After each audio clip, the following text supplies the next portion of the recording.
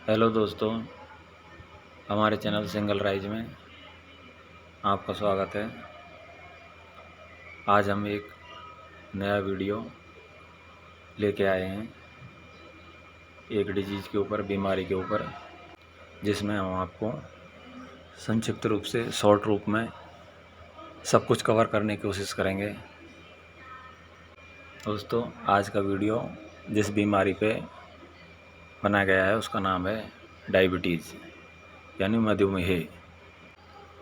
दोस्तों, आजकल इस भागदौड़ भरे युग में अनियमित जीवन शैली के चलते जो बीमारी सर्वाधिक लोगों को गिरफ्त में ले रही है वह है मधुमेह। मधुमेह को साइलेंट किलर भी कहा जाता है। यह ऐसी बीमारी है जो एक बार किसी के शरीर में प्रवेश करती है तो फिर उसे जीवन भर नहीं छोड़ती है। दोस्तों, इस बीमारी का जो सबसे बुरा पक्ष है वो ये है कि जब ये बीमारी शरीर में आती है तो बहुत सारी बीमारियों को निमंत्रण देती है। पहले यह बीमारी 40-50 साल से ऊपर व्यक्तियों में होती थी, लेकिन आजकल जीवन शैली, खान पान में बदलाव के कारण यह किसी भी उम्र के व्यक्ति को गिरफ्त में ले लेती है। दोस्तों, जब हमारे शरीर के पैनक्रियाज में इंसुलिन का पहुंचना कम हो जाता है तो खून में ग्लूकोज का लेवल बढ़ जाता है। इसी स्थिति को डायबिटीज़ कहते हैं। इंसुलिन एक हार्मोन है जो पाचन ग्रंथि द्वारा बनता है।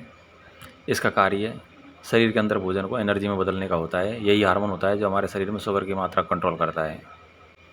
मधुमेह हो जाने पर शरीर को भोजन से एनर्जी बनाने में कठिनाई होती है। इस स्थिति में ग्लूकोज का बढ़ा हुआ स्तर शरीर के विभिन्न अंगों को नुकसान पहुंचाना शुरू कर देता है। यह रोग महिलाओं की अपेक्षा पुरुषों में अधिक होता है। मधुमेह ज़्यादातर वंशानुगत होता है और जीवन शैली बिगड़ी होने के कारण भी होता है। दोस्तों, मधुमेह से पीड़ित होने पर व्यक्ति की आँखों में दिक्कत आना शुरू हो जाती है। ब्लाइंडनेस का शिकार हो सकता है। किडनी और लीवर की बीमारी, पैरों में दिक्कत आम बात है।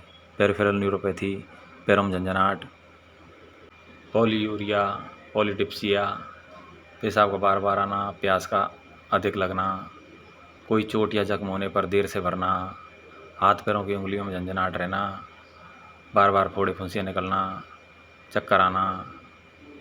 यह बीमारी पेशेंट को डिप्रेशन का शिकार भी बना देती है। दोस्तों, जब ये व्यक्ति डायबिटीज़ का शिकार होता है तो उसको इस बीमारी के शरीर में आने के बाद अन्य काफ़ी बीमारियां भी शरीर में आने की संभावना जैसा कि अधिक हो जाती हैं। दोस्तों, हम डायबिटीज़ के सारे जो भी इसके दुष्प्रभाव हैं उनको जान चुके हैं। और डायबिटीज़ के मरीजों में दोस्तों सबसे ज़्यादा मौत हार्ट अटैक या स्ट्रोक से होती हैं। जो व्यक्ति डायबिटीज़ के ग्रस्त होता है उनमें हार्ट अटैक का खतरा आम व्यक्ति से 50 गुना ज़्यादा बढ़ जाता है। हमारे शरीर में ग्लूकोज की मात्रा बढ़ने से हार्मोनल चेंजेज होता है और कोशिकाएं, सेल्स डैमेज होने लगती हैं, जिससे ब्लड की वेसल्स प्रभावित होने लगती हैं। इससे वेंस में रुकावट आ जाती है, धमनियों में रुकावट आ जाती है, जिससे हार्ट अटैक का रूप ले सकती है बीमारी। दोस्तों, डायबिटीज़ को 2 भागों में विभाजित किया गया है, टाइप 1 डायबिटीज़, टाइप 2 डायबिटीज़। दोस्तों, टाइप 1 डायबिटीज़ से पीड़ित व्यक्ति में इंसुलिन का उत्पादन नहीं होता है और टाइप 2 डायबिटीज़ में से पीड़ित व्यक्ति के इंसुलिन पर जितनी प्रतिक्रिया देनी चाहिए वो नहीं दे पाते हैं और आगे चलकर बीमारी में पर्याप्त इंसुलिन नहीं बना पाते हैं। दोनों तरह की डायबिटीज़ में ब्लड शुगर का स्तर बढ़ता है। दोस्तों, डायबिटीज़ टाइप 2 के पेशेंट सर्वाधिक मात्रा में होते हैं। दोस्तों, इस तरह के वीडियो देखने के लिए चैनल को सब्सक्राइब करें।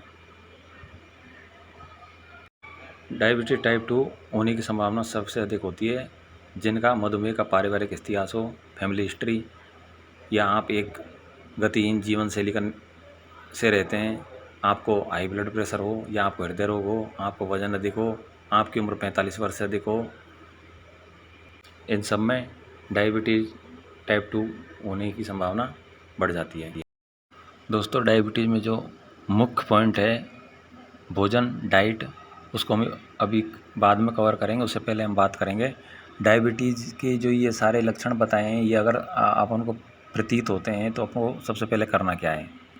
दोस्तों, अपन को डायबिटीज़ की जांच किसी भी नज़दीकी सरकारी अस्पताल में करवाई जा सकती है, जिसको खाली पेट या भोजन के बाद दोनों तरह से करवाया जा सकता है, जिसकी माप अलग अलग होती हैं। वो चिकित्सक आपको विस्तार से उसके बारे में सलाह देंगे। जिसमें ब्लड शुगर की जांच होती है। ब्लड शुगर लेवल खाली पेट 120 और भोजन के बाद 140 या 145 से अधिक आता है तो आप मान के चलें कि आप शुगर के पेशेंट हो सकते हैं। लेकिन दोस्तों, विश्वसनीय रूप से शुगर की जांच के लिए HbA1c टेस्ट होता है, जिसमें विगत 3 माह की शुगर रिपोर्ट आती है। इससे आप एक्यूरेट पता लगा सकते हैं कि आप एक शुगर पेशेंट हैं या शुगर से बचे हुए हैं।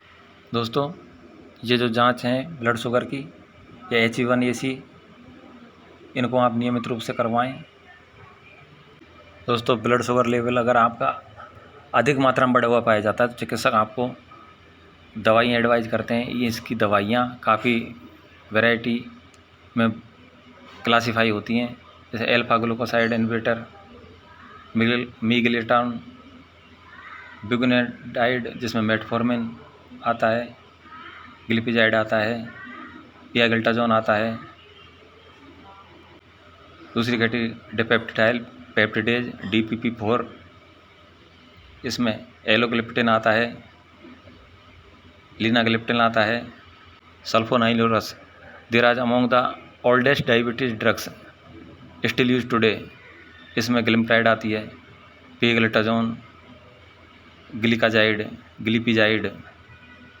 इस तरह की बहुत सारी मेडिसिन डायबिटीज़ में यूज़ की जाती हैं, जो आपकी स्थिति के आधार पर डॉक्टर एडवाइज करते हैं। दोस्तों, अब हम आते हैं डायबिटीज़ के मुख्य पॉइंट, सबसे अहम पॉइंट कि डायबिटीज़ को हम कैसे कवर कर सकते हैं कि जिससे डायबिटीज़ से हम बचा जा सके, डायबिटीज़ का कम से कम नुकसान हो। इसमें सबसे महत्वपूर्ण चीज़, जैसा कि हमने बताया, कि आहार है। सबसे पहले तो दोस्तों, आपको अपने शरीर का वज़न नियंत्रित रखना होगा। रूटीन एक्सरसाइज करके या डेली वॉक करके, मॉर्निंग वॉक करके शरीर का वज़न नियंत्रित रखना है। और गेहूँ में जौ मिक्स करके उसके आटे की रोटी फ़ायदेमंद होती हैं। फलों में जामुन, नींबू, आंवला, टमाटर, पपीता, खरबूजा, कच्चा अमरूद, संतरा, मौसमी, जायफल, नाशपाती सबको शामिल कर सकते हैं। दोस्तों, इसमें हमें आम, केला, सेब, खजूर, अंगूर नहीं खाना चाहिए, इनमें शुगर ज़्यादा होता है। और दोस्तों, मेथी दाना रात को भिगो दें, सुबह प्रतिदिन खाली पेट खाएं, ये लाभदायक होता है। खाने में बादाम, लहसुन, प्याज, अंकुरित दालें, अंकुरित छिलके वाला चना, सत्तू, बाजरा आदि शामिल कर सकते हैं, ये सभी लाभदायक होते हैं। आलू, चावल, मक्खन का उपयोग कम करना चाहिए। वेजिटेबल्स में आपको ब्रोकली, टमाटर, बंद गोभी, फूल गोभी, मूली, लौकी, बैंगन, सलगम, पालक, मेथी, करेला, ये सारे लाभदायक होते हैं। दोस्तों, करेला में चारेटिन, मोमोड्रिसिन 2 तत्व पाए जाते हैं जो डायबिटीज़ में लाभदायक होते हैं। दोस्तों, मेथी मधुमेह को नियंत्रित करता है। और डाइट में हरे चने, कुल्थी, अरहर की दाल, अलसी, काबुली चने जैसी दालों को शामिल कर सकते हैं। डायबिटीज़ मेलाइटिस को नियंत्रित करने में सेंधा नमक भी मददगार होता है। पैदल चलना, खेलना, शारीरिक गतिविधियां, व्यायाम करना, दिनचर्या में बदलाव, ये सबसे महत्वपूर्ण टॉपिक हैं डायबिटीज़ के। डायबिटीज़ को नियंत्रित करने के लिए आपको शारीरिक व्यायाम करना ही पड़ेगा। अगर आप अपनी जीवन शैली में बदलाव नहीं करते हैं और आलसी जीवन जीते हैं तो आप डायबिटीज़ को पूरी तरह क्योर नहीं कर सकते। दोस्तों, नियमित रूप से योग करें। काले चने, नया चावल, अनाज ना खाएं। दूध, दही, छाछ, तेल, गुड़, गन्ना, घी, मीठी सुपारी, इन सारी चीज़ों से बचें। बेवजह स्नैक्स वगैरह ना खाएं। मछली के साथ दूध उत्पाद का सेवन ना करें। दिन में सोने से बचें। धूम्रपान ना करें। शराब ना पिएं। ये सारे बिंदु डायबिटीज़ के लिए महत्वपूर्ण हैं। डायबिटीज़ में आहार पे नियंत्रण करना बहुत ज़रूरी है। दोस्तों शॉर्ट में हमने इस वीडियो में सारी चीज़ों को कवर करने की कोशिश की है। और दोस्तों हम बताना चाहते हैं कि इस तरह के लक्षण होने पर चिकित्सीय परामर्श लें और कोई भी दवाई बिना चिकित्सीय परामर्श के ना लें, क्योंकि कोई भी दवाई बिना चिकित्सीय परामर्श के हानिकारक हो सकती है। दोस्तों इसी तरह के बीमारी और टैबलेट्स पे वीडियो देखने के लिए इस चैनल को सब्सक्राइब करें। Thank you.